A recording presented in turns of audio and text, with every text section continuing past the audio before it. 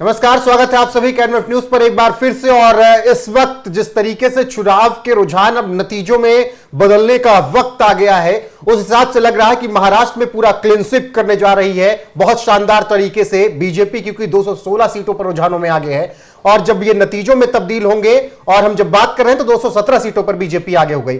वहीं उत्तर प्रदेश के उपचुनाव की बात करें तो 9 सीटों पर उपचुनाव हुए थे, 8 पर बीजेपी की इस वक्त आगे चल रही है और 1 पर सपा। इस वक्त मेरे साथ मौजूद हैं बीजेपी की वरिष्ठ नेता रीता बहुगुणा जोशी जी। बहुत बहुत स्वागत है मैम एनएफ न्यूज पर आपका। जी नमस्कार मैम, सबसे पहला सवाल मेरा उत्तर प्रदेश के उपचुनाव को लेकर ही है कि ये 2-3 महीनों में आप लोगों ने क्या किया कि पूरा खेल ही पलट गया 4 जून के बाद से?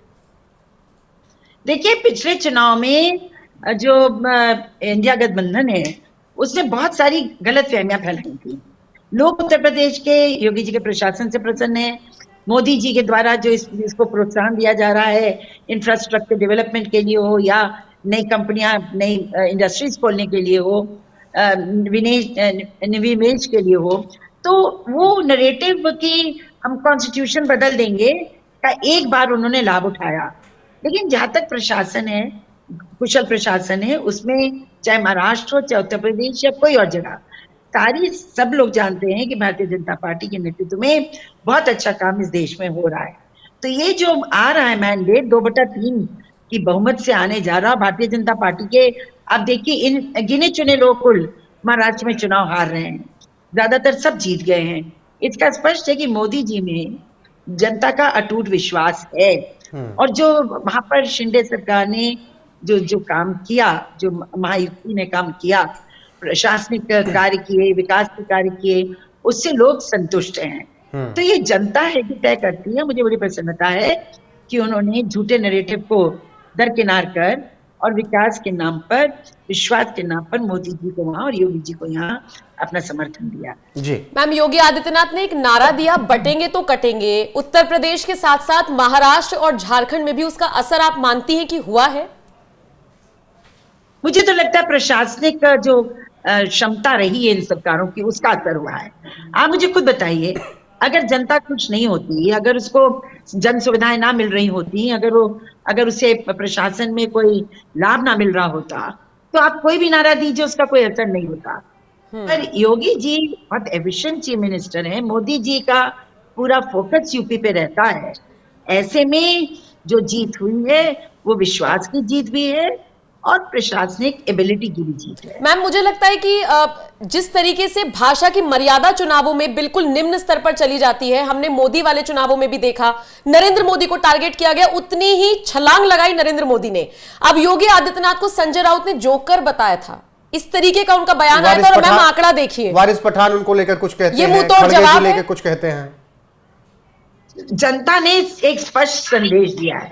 देखिए, राजनीति में निश्चित रूप से आप कह सकती हैं कि बिल्कुल जबरदस्त मैंडेट। देखिए, मैं तो चीजों को पॉजिटिवली देखती हूँ। आप कितना भी किसी का विरोध करिए, अगर वो जनप्रिय हैं और इतना मैसिव लेकर आते हैं, तो विपक्ष को समझना चाहिए कि जन आदेश उनके खिलाफ इतना हो ना हो, हमारे पक्ष का है। हम लोग कोई नेगेटिव वोट पे नहीं चलते, हमारी पार्टी पॉजिटिव वोट पे चलती है। हमारे लिए कोई कितना भी नेगेटिव बोलता रहे, मोदी जी को न जाने क्या क्या बोलते हैं पूरी दुनिया में, हम जा जाके हमारे यहाँ के जो पॉलिटिशियंस हैं, लेकिन उसका असर हम लोगों पे नहीं होता। तो भारतीय जनता पार्टी जमीनी पार्टी है, एक अच्छे, क्या कह लीजिए कि एंटी करप्शन उसका जबरदस्त प्रयास रहता है। और गठबंधन जिस प्रकार से मोदी जी के नेतृत्व में गठबंधन सरकारें सफल हुई हैं, उसका धर्म उन्होंने निभाया है, उसका भी बहुत बड़ा असर है। लोग जानते हैं अगर मोदी जी का गठबंधन जीतेगा, मोदी जी के नेतृत्व का, तो कभी टूटेगा नहीं। बिल्कुल मैम, लेकिन मैम आप लोगों पे उपचुनाव के दौरान आरोप भी लगे। अखिलेश यादव ने कहा कि बूथ लूटने की तैयारी थी, तस्वीरें सबने देखी कि पुलिस वालों को किस तरीके से तैनात किया गया, मुस्लिम इलाकों में उनको वोट डालने नहीं दिया गया, और ईवीएम लूट के चुनाव जीतने की इनकी तैयारी है, जनता को परेशान कर रहे हैं। भाई, हारने के बाद तो कुछ बोलना ही पड़ेगा, तो वो बोल रहे हैं। लेकिन मैं आपको सवाल पूछती हूँ, जो अभी पूरे चुनाव में इंडी गठबंधन ने कहा कि भाई election commission is working at the behest of the prime minister, यानी इलेक्शन कमीशन जो प्रधानमंत्री कहते हैं वही करती है। तब उन्होंने तो 7 लोगों को सस्पेंड कर दिया, अगर और यहाँ से जिन जिन लोगों के खिलाफ समाजवादी पार्टी ने ट्वीट किया था, उन पुलिस कर्मियों को हटाया गया, सस्पेंड कर दिया गया, तो अब आप क्या कहोगे? तो स्पष्ट है कि राजनीति में और खासतौर से चुनावी राजनीति में अगर यही करना होता तो महाराष्ट्र में नहीं कर सकते थे क्या? महाराष्ट्र में 2/3 बहुमत आ रहा है, बीजेपी की तो सारी सीटें जीत गई, 90% सीटें जीत गई। तो मैं समझती हूँ रोने के बजाय वो लोग अपना आत्मावलोकन करें कि जनता उन्हें बार बार रिजेक्ट करती है, जात के नाम पर, कहीं ना पोलराइजेशन के नाम पर वोट मांगने से काम नहीं चलेगा, काम करके मिलेगा। और मुझे लगता है हम जमीन से लेकर पूरे विश्व की इकलौती सबसे बड़ी पार्टी ही नहीं है, लेकिन जमीन स्तर पर बहुत पुख्ता काम करते हैं, जनहित में करते हैं, हमारी सरकारें अच्छा काम करती हैं। मैम, लेकिन बीजेपी नारा देती है सबका साथ, सबका विकास, सबका विश्वास, लेकिन पिछले कुछ चुनावों से एटलीस्ट मैंने तो ये नोटिस किया है कि आप सबका विश्वास लेकर चल रहे हैं, पर कुछ समुदाय आप पर विश्वास नहीं कर रहे हैं। अब वो तो उनको भड़काया जा रहा है ना। वरना आप ये बताइए, जितनी भी एक्टिविटी है, जितने भी कार्यक्रम हैं, जितनी भी नीतियां हैं, सामान्य है कि नहीं? आप इससे संतुष्ट हैं कि नहीं? बिल्कुल। कि कोई भी ऐसा नहीं। अगर आप उठाकर देखिए जो जन कल्याणकारी योजनाएं केंद्र सरकार की, प्रदेश सरकार की, 35% से ज्यादा उसका हिस्सा जो है वो अल्पसंख्यकों को जाता है, जबकि अल्पसंख्यकों की कुल आबादी मेरे ख्याल से 16, 17, 18% होगी, फिर 35% उन लोगों को जा रहा है। तो आपको सब तो दिया जा रहा है, तो इसलिए लोगों के बहकावे में ना आकर देखिए, जब एक तरफ से कोई कड़वी बात बोलेगा तो दूसरी तरफ से भी कड़वी बात आएगी।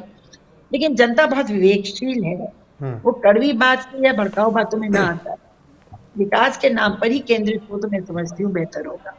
मैम एक सवाल और, जिस तरीके से 24 के जो नतीजे आए वो अनुरूप नहीं थे, बहुमत नहीं मिला था, अकेले गठबंधन को मिला था।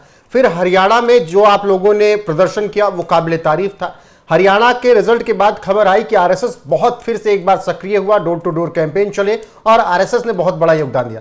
ये जो महाराष्ट्र में दिख रहा है, उत्तर प्रदेश में जो उपचुनाव में दिख रहा है, लग रहा है कि आरएसएस और बीजेपी एक बार फिर से, जो थोड़ा बहुत मनमुटाव 4 जून के पहले था, वो खत्म हो चुका है और उसी का नतीजा ये है कि आप लोग इतना अच्छा प्रदर्शन कर रहे हैं। देखिए, स्वयंसेवक संघ कोई राजनीतिक संगठन नहीं है, वो देश हित में काम करता है। जब उसको लगता है कि कहीं कुछ गलती हो रही है तो अपना हाथ खींच लेता है, जब लगता है कि नहीं ये सही है देश के लिए, तो आगे बढ़कर काम करते हैं। तो वो कोई किसी दल को जिताने के लिए नहीं है। लेकिन वर्तमान में मोदी सरकार अच्छा काम कर रही है, योगी सरकार अच्छा काम कर रही है, महाराष्ट्र में शिंदे सरकार ने बहुत अच्छा काम किया। इसलिए लगातार जो अब इस बार चुनाव में उन लोगों ने, मैंने सुना है कि जनता को समझाने की कोशिश की कि विकास के नाम पर, बेहतर जीवन के नाम पर आपको बीजेपी को वोट देना चाहिए। तो it is not a political party, लेकिन स्वाभाविक है कि वो लोकतंत्र में है तो अपना व्यू पॉइंट तो देंगे ना। तो उन्होंने अपना व्यू पॉइंट जनता के सामने रखा है। मैम, इन उपचुनावों को और ये जो नतीजे अब तब्दील हो जाएंगे, आप 27 की जीत पक्की समझ रहे हैं अपनी? निश्चित रूप से जिस तरह से काम कर रहे हैं, 27, 29 आगे मुझे लगता है 2047 भी भारतीय जनता पार्टी के नेतृत्व में एक विकसित राष्ट्र के रूप में भारत को स्थापित किया जाएगा। बहुत बहुत धन्यवाद। एक आखिरी सवाल मैम, जलेबी खा लिया आपने? जलेबी बन रही है? मैं कहा उत्तर प्रदेश में तो हर जगह जलेबी बनती है।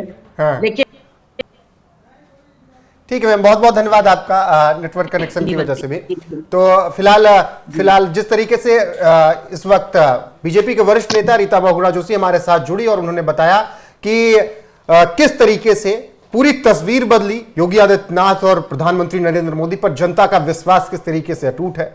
इसके अलावा महाराष्ट्र के प्रदर्शन को लेकर उन्होंने एक नाथ शिंदे, देवेंद्र फडणवीस की भी तारीफ की। और जब हमने उनसे सवाल किया कि भाई आपने बूथ लूट लिया, अखिलेश यादव आरोप लगा रहे हैं, उन्होंने कहा कि जब हारेंगे तो ऐसे आरोप लगाएंगे ही। तो बहुत सवाल जो थे वो धीरे धीरे जवाब मिल रहे हैं और कहानी मैं कह रहा हूं कि खत्म होने वाली नहीं है। कई कहानियां भी आपको मिलेंगी, कई किस्से मिलेंगे। चुनाव के बाद की जो खबरें होती हैं वो और दिलचस्प होती हैं, कैसे कौन कहां चुनाव जीता और लड़ा। तो फिलहाल बने रहिएगा हमारे साथ, आपको यहां पर हर अपडेट लगातार मिलती रहेगी।